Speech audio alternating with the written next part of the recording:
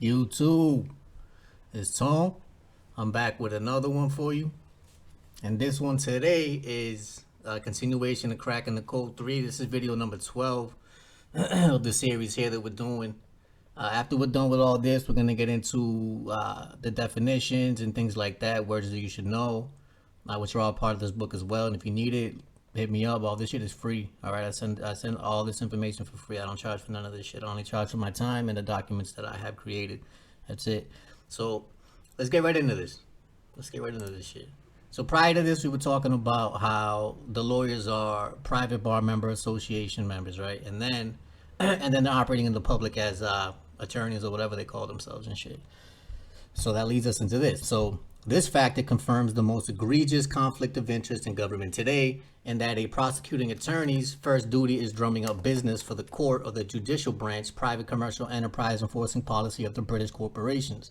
This arrangement is a self-initiating business monopoly operating under the charade of government altruism, where the prosecuting attorney actual agenda is pleasing the judge and the judge's foreign masters by bringing in sacrificial client victims to the enemy camp, Main Street, USA, not in standing guard as a sentinel of freedom as a member of the executive branch and ensuring that justice prevails.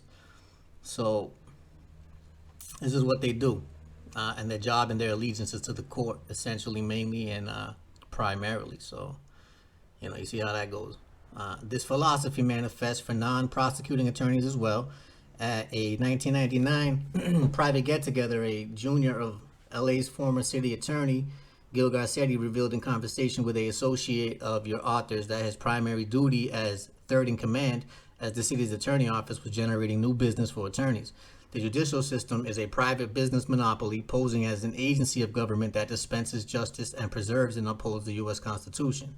Upon investigation, the actual agenda is found to be herding unwary, unwitting victims into the court to sacrifice at the judicial altar. All right, and that's why they're wearing them black robes when you walk in there. They're already, they're already celebrating they're already mourning your death because you're already in there. You're already dead. You don't know who you are. You don't know what to say to these people. You think that there's somebody that they're not. So not to mention that, black Saturn, right? You got Saturn worship there. Saturn's all about control, war, things of that nature, right? And Saturn's not all bad, you know what I'm saying? And these people all are just playing a part. They're all just playing their role. Essentially, it's to get you to wake up, and if you don't, then they're gonna throw you in a cage and you can sleep in there. You know what I mean? Until you wake up. So, anyway, where were we at? So they uphold the Constitution. Actual agenda found to be herding unwary, unwitting victims into the court for sacrifice at the judicial altar. The judge-attorney brotherhood deals in secret clubhouse member-only code words, language, and procedure, especially formulated to ensure that non-insiders do not comprehend what is transpiring. There is an almost infinite number of legal trapdoors, escape hatches, and secret diversionary techniques used to shutting knowledgeable customers when they get too close to the workings of the operation. Me, I already put them on notice, and they don't really seem to give a fuck, really, but the last thing I sent them, she was pretty obnoxious. I'm not gonna lie, I sent them some pretty obnoxious shit, but I haven't heard anything since, so it obviously worked. I pretty much just outlined their whole racketeering scheme and all that bullshit, and how I was not willing to be part of that, right? Because I'm not going to engage in the criminal activities that you people are engaging in. All of that fraudulent bullshit, I'm not doing it. So, and that's all that I'm going to be there talking about. It's not going to be what you want to talk about, okay? So, let's get into this next thing. The original unenacted 13th article of Amendment of Constitution reads as follows. If any citizen of the United States shall accept, claim, receive, or retain any title of nobility or honor, or shall without consent of Congress accept and retain any present, pension, office, or emolument of any kind whatsoever from any emperor, king, prince, or foreign power, such person shall cease to be a citizen of the United States and shall be incapable of holding any office of trust or profit under them or either of them. So essentially, to become a bar member, you have to relinquish your, what is it called? You have to relinquish your citizenship, right? So you're no longer going to be able to be a U.S. citizen. You're going to be whatever the hell that these people call you, an esquire. I guess that would be your nation of origin or some shit. Who knows? I don't know because I'm not a lawyer. So the entire purpose of the Crowned England War of 1812 with America, despite having signed the Paris Treaty only 29 years earlier, was the destruction of the official records containing the first 12 states' approval of the new Article of Amendment housed in the Library of Congress. Ratification by 3/4 of the 17 states was necessary before the amendment could be enacted, and Virginia was the only state that had not voted. The so-called War of 1812 was initiated before this could occur, although Virginia later passed the amendment as proposed. Once the building and its contents were destroyed by fire, war was over. The British withdrew the members of Congress and were pressured in various ways to retain only extant prohibitions in the Constitution, which they merely that the U.S. government cannot grant title of nobility, and that consent of the Congress is required to accept any such title. So unless they're getting them verified and issued by Congress, it's not necessarily valid. That's why Congress can override all that shit too. You know, there's a what do you call it? There's levels to it, and you know everybody's got somebody over them. It isn't just that a judge's say is the final say and all that, bro. You can have them brought right over to Congress and have them roasted. You can even bring them over into the Supreme Court and get them fried. You know what I'm saying? These people are just regular people. They made you believe that there's somebody else. So the money changers overseeing the crown thereby arranged for the continuing unfettered commercial conquest of America by stacking all three branches of government with the de facto British military officers. Had the Library of Congress not been destroyed, we would have no British agents, esquires, attorneys holding political office in America, and no... Hang on.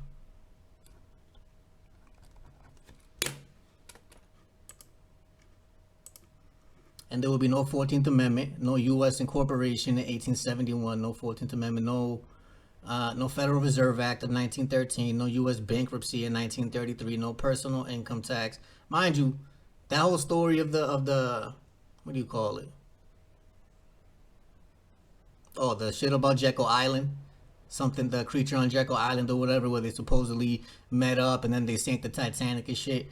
100% fucking false. All lies. All right, they've been feeding people bullshit since day one. That shit is all lies. So no $6 trillion national debt and no Social Security Ponzi scheme and numerous other social, economic, political calamities, all handwork of the king's esquires. Sugarcoating the deceit.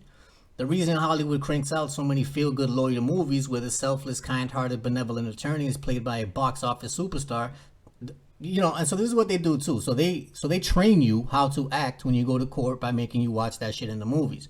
Because these people are literal clowns, and if you didn't know how to act, then they really wouldn't even be able to move forward. So they train you with entertainment, and if you look at the wordplay, entertainment is an anagram of entrainment. So you need to be careful with what you watch because you're literally training yourself how to act. Okay, so the reason there are so many attractive, popular actors and an ever-increasing number of engaging courtroom judge, the attorney-related TV shows, the reason all judges carry a quasi title of nobility, the honorable, right? Yeah, really, really honorable, bro. It's us who are the honorable, all right? It's not these people. So the reason the media carries on the charade, disguising the true nature of the bar associations and the phony license to practice law, etc., is to obliterate the truth and persuade the masses via continuous bombardment with subliminal messages that judges and attorneys are a swell bunch of patriotic guys and gals to take up the little guy and work tirelessly for truth, justice, and the American way. Such propaganda gushes forth with increasing frequency as required damage control for the devastating societal impact of the wholesale destruction of lives at the hands of the esquires, right? So they have to kind of balance the scales with you, not literally, but mentally with you. And if they make you believe that they're all really operating in the light, which they're not, because why is your fucking robe black? Wouldn't it be white? Come on, think about that. So, you know, these people, you know, they do what they do, and it's really just a bunch of mind control, essentially, ultimately. The entire operation is predicated on keeping customers ignorant of the meaning of the secret code words and ritual employed in the process, and unfeeling cold-blooded reptilian mentality, which it is what it is. Because if they didn't eat you, somebody else would. Somebody else would eat you anyway. So, I mean, it is what it is. Everybody needs to wake up eventually, and what time better than the Great Awakening, right? The life of an esquire, all bench officers and all attorneys, is an all-deceitful, quasi-genocidal undertaking in a charlatanism where a successful career is determined by the Esquire's efficiency in separating the Esquire's clients and sometimes even adversaries of the Esquire's clients from their wealth and freedom. Esquires deserve no sympathy from anyone because they play a different set of rules than everyone else. Attorneys win only when 50% of their cases, a mathematical fact, but a moot point because attorneys always get paid win or lose. Of course they do, right? They're operating privately as a bar member, which they hold, they have a allegiance to them initially, and then they come in and they draw public funds pretending to be a lawyer, and pretty much their whole job is to just fuck you. So whereas other professionals are paid based strictly on results and the quality of their work, attorneys collect their inflated fees in full when they fail, and of course they do, right? They still want to get paid when they lose. The fuck type of game is that? Payment of attorney fees is enforced by the judicial system, conclusive, and I mean, you can discharge all that shit too. Keep that in mind, all right? Any court bills, all that dumb shit, you can discharge all that shit. Or set it off, whatever you want to call it, all right? Conclusive proof of the inherently criminal nature of the U.S. judicial system and all its collaborators. After all, what is a criminal but someone in possession of a valuable commodity that was acquired without exchanging something else for value for it? Half of all fees collected by attorneys are obtained without fair exchange. Not much different than extortion, ransom, and solicitation of bribes. The true nature of the legal brotherhood gets clearer and clearer. The judicial system enforces payment of legal fees by a judicial decree, even when the attorney fails. So the attorney community will continue bringing in business into the court. What other profession gets paid in full for complete failure? Complete and utter failure at that.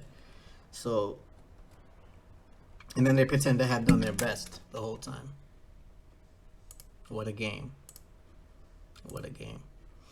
So now we're going to get into the money motivation. We're going to talk about the Fair Debt Collection Practices Act, which I've never used this, but I'm pretty sure Title 15 USC Fair Debt Collection Practices Act is going to qualify in these, because we're going to run through here why these people are not real government and all that they are debt collectors by way of force, which is illegal. Okay. So when the Fair Debt Collection Practices Act, FDCPA, was enacted in September 20, 1977, Public Law 95-109, the act exempted from its provisions any attorney collecting a debt as an attorney on behalf of and in the name of a client. Seizing on the obvious advantage of a debt collector could not threaten legal action, for example, but an exempted attorney could.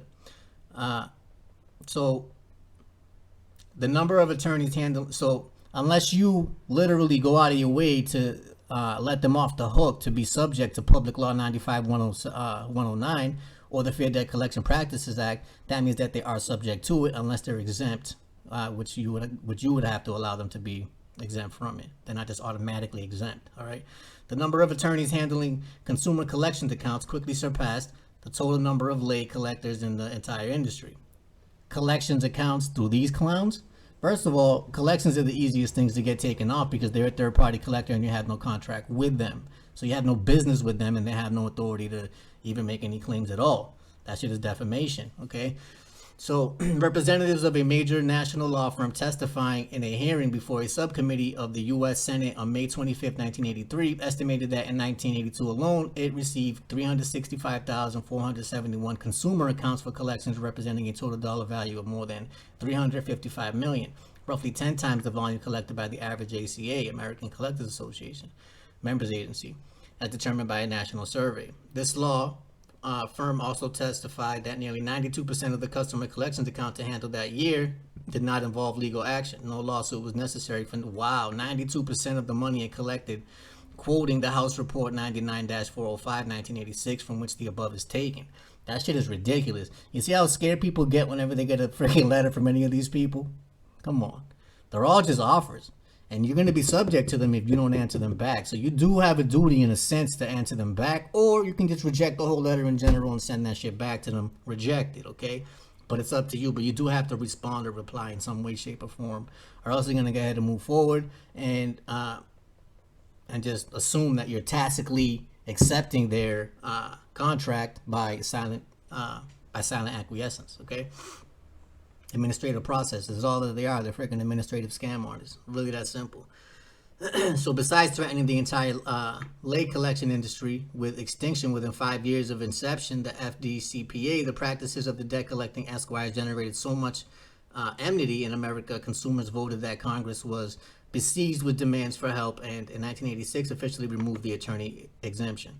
All right, so they're not exempt. Neither are the judges or any of these other people trying to make any claims for you at all. As cited in the House report, the original basis for the exemption was a belief that the State Bar Association would adequately police attorney violations, but the evidence revealed a different scenario. The main concern of the state and local bar associations is not the protection of consumers, but the protection of lawyers. Despite their setback with the FDCPA, attorneys still have a license to subterfuge, deception, and thievery courtesy of the monopoly over the field of law held by the bench officers, another carving of Esquires. Which is crazy because you're not even supposed to hold a bar card and sit on the fucking bench and hear a case at the same time. That shit is a crazy conflict of interest. And I highly advise you, if you've ever gotten sentenced for anything, go ahead and look into if your judge was holding a bar card at that time and get that shit tossed the fuck out, because fuck that. Alright? That shit is illegal, bro.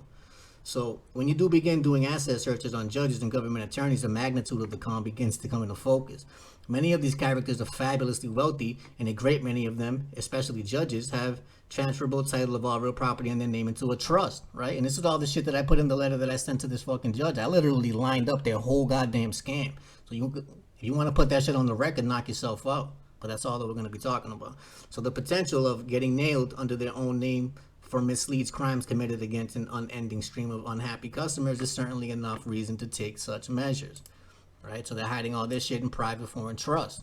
Same way that you can, but,